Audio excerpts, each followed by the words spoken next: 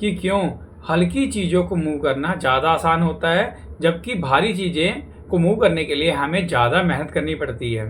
तो चलो इसे हम समझते हैं। नमस्कार दोस्तों, तो आप सभी का स्वागत है हमारे YouTube चैनल पांडे ट्यूटोरियल में।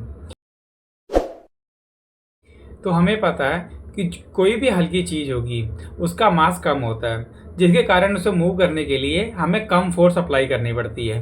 पर वहीं अगर कोई चीज़ का मास ज़्यादा होगा तो उसे मूव करने के लिए हमें ज़्यादा फोर्स अप्लाई करनी पड़ती है। जैसे कि मान के चलो अभी गर्मियों में आप सभी कूलर यूज़ कर रहे होंगे। कूलर जब उसके अंदर पानी नहीं भरा होता तब उस केस में उसका जो मास होता है वो हल्का हो जाता है और इस केस में उसे मूव करना ज़्यादा आसान हो जाता है। ठीक है, पर वहीं जब उसके अंदर पानी भर दिया जाता है तो उससे उसका मास बढ़ जाता है, जिसके कारण उसको मूव करने के लिए आपको ज़्यादा फोर्स अप्लाई करनी पड़ती है। तो ये चीज़ हमें कहाँ समझ आती है?